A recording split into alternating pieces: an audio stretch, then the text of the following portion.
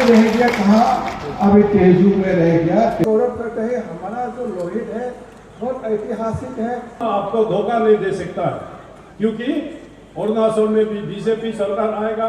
उस वक्त जो वो पार्टी ऑफिस में आया था, अगर ये शब्दों को अगर उन्होंने क्लियर कट बोला होता कि तेजू में वो बैठ जाएंगे, बदाम को टिकट दे दो हम बैठ जाएगा, अंजाव में लुपालुंगकी साहब को टिकट दे दो, वही का वही, क्योंकि दशमलव फूल मैडम भी अपना ही है, वही का वही हम लोग अपना लुपालुंगकी साहब के लिए टिकट भी रिकमेंड कर लेना था।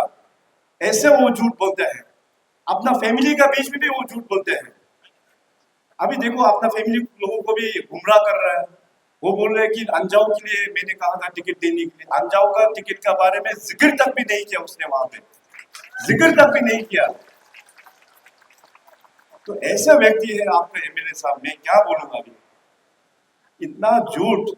चीफ मिनिस्टर बैठा हुआ है, deputy chief minister, party president, party in charge, Delhi में पहुंच के भी डीसीएम साहब और एमपी तबीर गांव जी ने फोन भी किया उसको कि आप वाकई में बैठेंगे, तो बोलते कसम, क्या कसम खाता है, कसम भी खा लेगा। तो ऐसे व्यक्ति को देखिए, आजकल का जमाना में वो ये पॉलिटिक्स होता था, वो पुराना जमाने में जहाँ पे डेवलपमेंट कुछ नहीं था, फोन नहीं था, ये इंटरनेट नहीं था, कंप्यूटर नहीं था, उस जमाने में इस प्रकार का पॉलिटिक्स हुआ करता था। तो देखिए अभी टाइम आ गया है, अपने तेजू सुनपुरा आप सभी वासियों को पिछले 5 साल में यहाँ पे उतना डेवलपमेंट हो नहीं पाया, इसलिए डेवलपमेंट हो नहीं पाया क्योंकि यहाँ पे 2019 इलेक्शन में भी यहाँ कमल का फूल खिल नहीं पाया, इसीलिए डेवलपमेंट हो नहीं पाया। अभी तो 2024 के बाद में तो मैं तो टोटली पार्टी लाइन में ही आगे बढ़ने वाला हूँ। पिछले 5 सालों में इस कॉन्स्टिट्यूंसी में थोड़ा बहुत जो भी काम मिला है वो तो हम लोग ने थोड़ा बहुत बड़प्पन दे के पराधीन होकर थोड़ा बहुत मदद किया होगा। आइंदा से देखो, अभी जहां जहां कमल का फूल नहीं खिलेगा वहां में और भी सूखा रह जाएगा। यहाँ के जनता, यहाँ की बिजनेस कम्युनिटी पूरे देश भर से यहाँ पे बसे हुए हैं। अपने यहाँ पे बंगाली पॉपुलेशन भी है, अपने यहाँ बिहारी पॉपुलेशन भी है, असमीज पॉपुलेशन है, मरवाड़ी है, पंजाबी भी है, नेपाली जनजाति भी है, अपना मुस्लिम भाई बहन भी है। बहुत सारा बिजनेस कम्युनिटी यहाँ पे तेजू में बसे हुए हैं। आप जितने भी जो बिजनेस कम्युनिटी है, आप लोग जानते हैं कि पिछले 5 साल में मार्केट तेजू का थोड़ा सा डाउन होके बैठा होगा, है कि नहीं? मार्केट डाउन होके बैठा, ये हमको पता है। इसलिए डाउन हुआ क्योंकि आप लोग ने उस 2019 में ऐसे झूठा एमएलए को यहाँ से भेज दिया जो अभी भी झूठ बोल के घूम रहा है। तो ये गलती कृपया करके आप लोग नहीं करना है इस बार। अरुणाचल प्रदेश में जनता ने मन बना लिया है, यहाँ पे राज्य में बीजेपी सरकार आना 101% पूरा का पूरा कंफर्म है। और इस बार तो भारतीय जनता पार्टी 2024 में राज्य में एक नया रिकॉर्ड के साथ में हम लोग कायम करेंगे। इसीलिए यहाँ का जनता, यहाँ के अपने जो ट्राइबल्स लोग हैं और यहाँ के बिजनेस कम्युनिटी, आप सभी लोग से मैं हाथ जोड़ के निवेदन करता हूँ कि तेजू कॉन्स्टिट्यूंसी बहुत ही पुराना एक टाउन है, इसको हमको और भी आगे लेके बढ़ाना है। इसलिए डॉक्टर महेश चाय पिछले वाला टर्म में ये हमारे साथ, मैंने इनको मंत्री पद भी दिया था। मंत्री जो भी पोर्टफोलियो मैंने उस वक्त में दिया था, उन्होंने बहुत अच्छा कार्य भी किया, काम भी किया। 10 दिन का बाद गृह मंत्री जी ने मुझको दिल्ली में बोला हिमन देखो, तुम सीएम बना है और तुम्हारा और पेमा का कार्यकाल में ही असम और अरुणाचल का जो भी सीमा में विवाद है उसको हल करना पड़ेगा। मैंने बोला, मुझको बुलाया, मैं सोचा कुछ असम का बातें बोलेगा, लेकिन असम का बात शुरुआत नहीं किया। उन्होंने शुरुआत किया कि देखो नॉर्थ ईस्ट आप लोग मिल के रहना है, एक साथ रहना है, ये भारत का बहुत बड़ा ताकत वाला अंग है। अगर आप लोग बीच में लड़ते रहेगा तो आप लोगों को ताकत नहीं मिलेगा और आप लोग इसको मिलके इसको सुलझाइए। आप लोग देखा है देखते देखते हमने प्रयास किया और ये प्रयास का कारण आज लगभग 90% सीमा समस्या का हमने आज समाधान किया और बाकी जो 10% है वो भी मैं असम बड़ा स्टेट है, मैं हमेशा ये मान के चलता हूं कि 1 और 2 गांव के लिए हम असम और अरुणाचल का जो संबंध है ये संबंध को हम खराब नहीं करूंगा और हम इसको मिल के रखूंगा।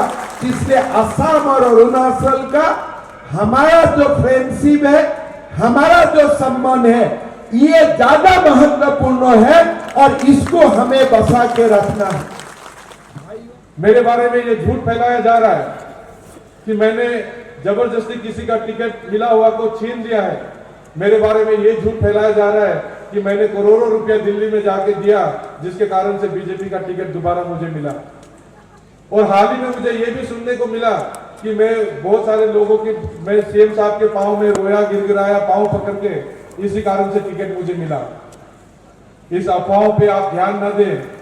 टिकट का जो कहानी आपको कुछ देर में सुनने को मिलेगा, आप उसको गौर से जरूर सुनिएगा और मुझे पूरा यकीन है कि आपके सामने दूध का दूध, पानी का पानी हो जाएगा।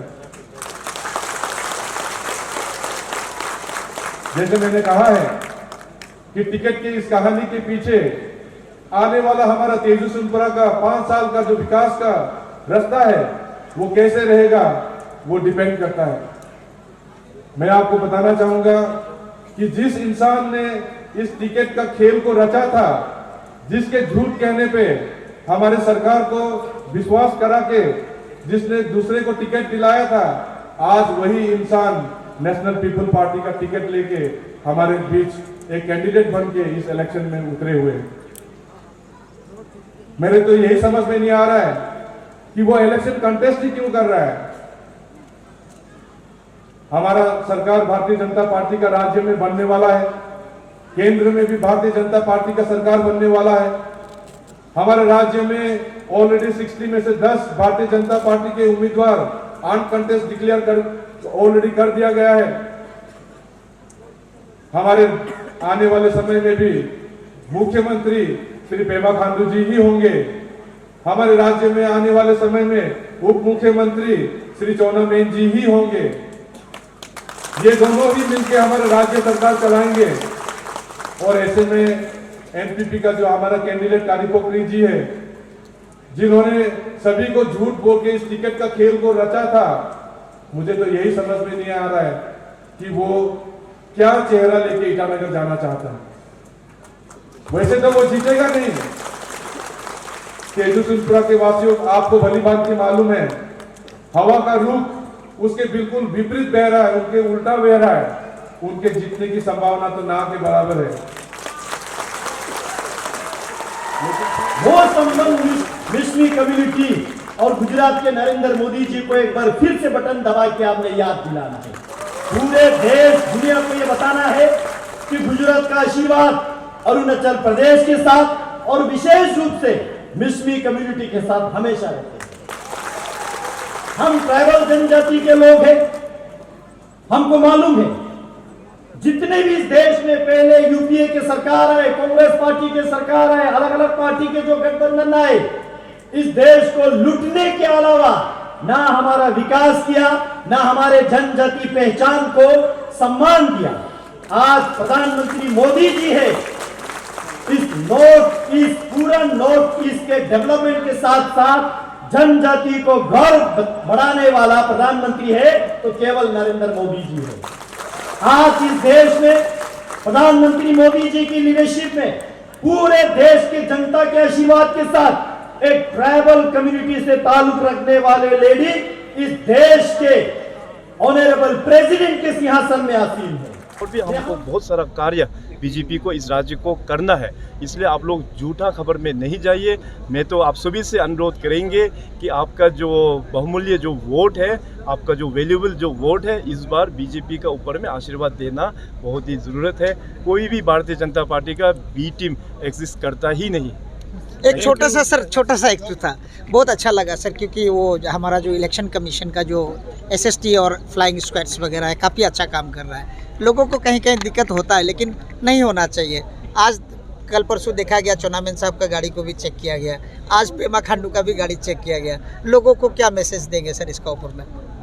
ये अच्छा, बहुत ही अच्छा काम अपना इलेक्शन कमीशन के ज़रिए से जो फ्लाइंग स्क्वाड है खास करके वो लोग कर रहे हैं, क्योंकि मैं डे 1 से ही मनी कल्चर का अगेंस्ट में हूँ। पिछले 2019 इलेक्शन में भी हमने मनी कल्चर को लेके अगेंस्ट किया था, मगर अभी भी कहीं कहीं क्षेत्र में ये रिपोर्ट मिल रहा है कि मनी का काफ़ी प्रभाव पड़ रहा है। तो इसलिए अरुणाचल में जितनी भी जो फ्लाइंग स्क्वाड है उनको मैं धन्यवाद देता हूँ। अभी तक I think more than 15 crore भी से भी अधिक वो लोग ने पकड़ा है बोल के। बल्कि मैं तो ये भी अपील करता हूँ कि और भी आप लोग चेकिंग कीजिए, और भी कहीं ना कहीं से आप लोगों को माल मिलेगा, क्योंकि वो बाद में सरकार को काम आएगा। तो इसलिए जो भी काम कर रहा है बहुत सही काम कर रहा है। 70% वोटर्स हैं यहाँ पे, बाहर स्टेट, अलग स्टेट के हैं, तो यहाँ के जो अभी विधायक हैं वो भैया के नाम से काफ़ी फेमस हैं। आप क्या कहेंगे कि 70% वोटर्स को कि बीजेपी पार्टी को सपोर्ट करें अभी चेंज इसके बारे में? देखिए, यहाँ के जो अभी विधायक है वो लास्ट टेन्योर में अभी 5 साल का उनका जो कार्यकाल में यहाँ पे कुछ खास डेवलपमेंट वो लेके आ नहीं पाया। वो विधायक तो यहाँ से बनने के बाद हमारे पास भी मुश्किल से 1 या 2 बार ही मिला होगा पूरे 5 साल में। तो विधायक बनने के बाद जो मुख्यमंत्री के पास में आप सिर्फ केवल 1 या 2 बार ही आप आते हो काम के बारे में डिस्कस करने के लिए, तो इसमें जगह का उन्नति नहीं हो सकता है। और इसमें सबसे बड़ा लॉस तो बिजनेस कम्युनिटी को ही है, क्योंकि गवर्नमेंट का यहाँ की डिपेंडेंसी पूरा गवर्नमेंट का इन्वेस्टमेंट के ऊपर में है। गवर्नमेंट का इन्वेस्टमेंट जब तक इस एरिया में नहीं आएगा, अपना बिजनेस कम्युनिटी को बहुत बड़ा झटका लगेगा। इसीलिए इस बार उनको हटा के अपने यहाँ पे कमल का फूल खिलाने से मैंने आश्वासन दिया है। यहाँ पे हज़ारों करोड़ का इन्वेस्टमेंट इन 5 सालों में भारतीय जनता पार्टी इस एरिया को करने वाला है। तो महेश चाई के साथ होगा ना सर? मंत्री पद की सर फिर से उनको पहले अपने मंत्री पद दिया, ऐसी कोई एश्योरेंस? नहीं, इस बार देखिए, क्योंकि अभी ये सब थोड़ा प्रीमेच्योर कमिटमेंट होगा, तो बाद में हम लोग उसको अच्छा से एग्जामिन करेंगे। जेएनवी का सर जो लैंड का इशू आपने बोला सर, क्या सरकार सच में इसका जांच करवाएगा सर? बिल्कुल, हमें एक्चुअली पहले पता नहीं था कि इस प्रकार का यहाँ के एमएलए साहब जो है कि लैंड ग्रैबिंग वो कर रहे हैं। अभी पता चला है तो डेफिनेटली हम लोग का सरकार बनने के बाद इसको हम लोग इन्वेस्टिगेशन में जरूर डालेंगे। बता रहा है कि आने वाला 2 तारीख को तेजू का रिजल्ट कैसे होगा।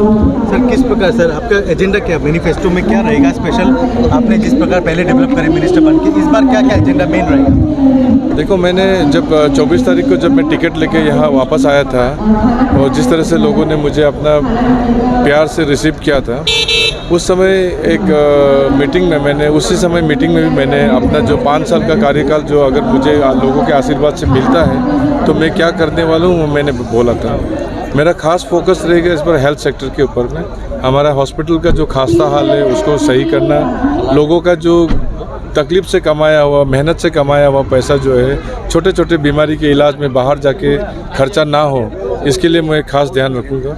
इसके अलावा एजुकेशन सेक्टर में जितने भी स्कूल्स के इंफ्रास्ट्रक्चर्स का खास्ता हाल है उसे दुरुस्त करने में, टीचर्स की कमी को दूर करने में, और जेएनवी जैसा स्कूल को हमारे ज़िले में स्थापित करना, ये मेरा इस बार का जो है फोकस एरिया रहेगा। उसके अलावा पानी तेजू में कोई बहुत सारे गांव में पानी का किल्लत है, बहुत सारा टाउन में भी पॉकेट्स में पानी का किल्लत है। उस पानी का किल्लत को दूर करना वो भी मेरे एजेंडे में है।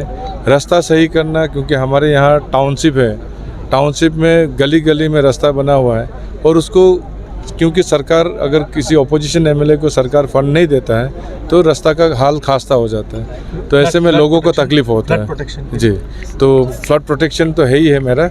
और मार्केट इकोनॉमी के ऊपर में जो सीएम साहब ने अभी थोड़ी देर पहले अपने भाषण में बोला है, market economy direct local economy से जुड़ा हुआ है। और मैंने अपने मीटिंग में भी कहा है, छोटे छोटे मीटिंग्स में लोगों से भी मैं बोलते रहता हूँ, मार्केट कम्युनिटी के साथ जब मीटिंग हुआ तब भी बोला कि मार्केट इकोनॉमी को अपलिफ्ट करने में और साथ ही साथ लोकल इकोनॉमी को अपलिफ्ट करने में मुझसे जो भी बन पड़ेगा मैं वो करूँगा। 70% बाहर के यहाँ वोटर्स हैं, तो आप क्या अपील करेंगे? एक प्रोपेगेंडा भी फैला जा रहा है कि वो सेफ़ नहीं है, आपके टेन्योर में सेफ़ नहीं थे, अभी के टेन्योर में सेफ़ हैं, ये आप क्या कहेंगे? देखो, मेरा पॉलिटिक्स में आने का मुख्य कारण ही वायलेंस था। मैंने पॉलिटिक्स ज्वाइन किया था 2013 के आखिर में, उस समय तेजू का हाल बहुत ख़राब था। तेजू का जो मार्केट एक समय में जो 8, 9, 10 बजे तक खुला रहता था, 2012-13 में एक ऐसा समय आ गया था जब शाम के 5 बजे दुकान बंद हो जाया करता था। लोगों के मन में भय था और कहीं ना कहीं जो हमारे लोकल्स और नॉन लोकल्स के बीच में जो हमारा एक बहुत पुराना अच्छा रिश्ता हुआ करता था, उसमें कहीं ना कहीं एक दरार पड़ रहा था। और मुझे, क्योंकि मैं तेजू का सबसे पुराना फैमिली में से हूँ, क्योंकि मेरा जन्म तेजू में हुआ है, मैं यहाँ पे नॉन लोकल्स के साथ ही खेल के बड़ा हुआ हूँ, तो वो देख के मुझे काफ़ी दुख होता था। और वही एक कारण था, वही एकमात्र कारण था जिसके कारण मैंने पॉलिटिक्स ज्वाइन किया। तो आप देख सकते हैं कि 2014 में, आप इतिहास में जाके देख लीजिए, 2014 में जब मैं विधायक बना और उस 19 तक पूरे मार्केट में जो है शांति था, कहीं भी किसी भी कोने में कहीं भी डर का माहौल नहीं था। ये तो बस अपना जो प्रेजेंट विधायक साहब है, जैसे सीएम साहब ने कहा है, उसका झूठ बोलने का आदत है, वो उसी झूठ के बलबूते पे फिर एक नया झूठ लोगों के बीच फैला रहा है कि हम जीतने से वायलेंस होगा, मार्केट में शांति नहीं रहेगी। आप डॉक्टर हैं भाई प्रोफेशन, यूथ को आप क्या मैसेज देंगे? ड्रग्स का यहाँ काफ़ी चलन है लोहित नामसाई बेल्ट में, आप डॉक्टर बाय प्रोफेशन क्या एडवाइस, क्या स्टेप रहेगा? मेरा यूथ से मैं यूथ को यही एडवाइस देना चाहूँगा कि देखो, आपके जो यंग एज है, मैं समझ सकता हूँ कि उसमें आप काफ़ी प्रेशर में रहते हैं, स्पेशली 21वीं सदी में जो इंटरनेट के ज़माने में हमारे जो यूथ है वो काफ़ी प्रेशर में रहते हैं और बहुत जल्दी डिप्रेशन में भी चले जाते हैं, और उसी कारण से फिर वो गलत रास्ते में यानी ड्रग्स का सेवन करना शुरू कर देते हैं। तो ड्रग्स का सेवन कोई भी यूथ अगर करने लगता है तो वो न सिर्फ अपना ज़िंदगी बर्बाद करता है, बल्कि अपना माता पिता या पेरेंट्स का जो सपना है उसे भी ख़त्म कर देता है और समाज को बिगाड़ देता है। तो मैं सब यूथ से यही अनुरोध करना चाहूँगा, मेरा यही रिक्वेस्ट रहेगा कि ड्रग्स के सेवन से दूर रहे। कहीं भी आपका कोई भी दोस्त अगर ड्रग्स का सेवन करता है, सीएम साहब ने भी थोड़ी देर बाद पहले कहा है, उनको एक बीमार के रूप में देखा जाएगा, बीमारी के रूप में देखा जाएगा, और उनका ट्रीटमेंट सही हो, इसके लिए राज्य सरकार भी मदद करेगा। यहाँ तेजू में ट्रायंगुलर फाइट है, अभी सिटिंग एमएलए भी है, आप फॉर्मर मिनिस्टर भी है, तो लोगों का जो कैंपिंग में आपने क्या देखा, क्या लगता है अभी सिचुएशन कैसा होगा?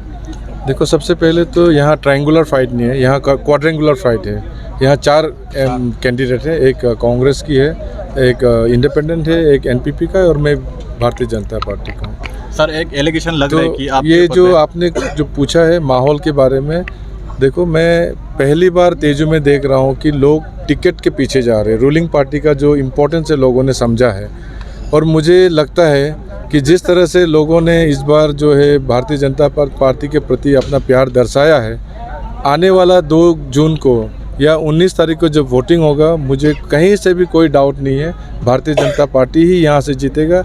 मैं ही जीतूंगा एमएलए के तौर पे, और हमारा जो एमपी का कैंडिडेट है हमारे बड़े भाई तापिर गाव जी, उसको भी अच्छा लीड तेजू सोनपुरा कॉन्स्टिट्यूंसी से मिलेगा।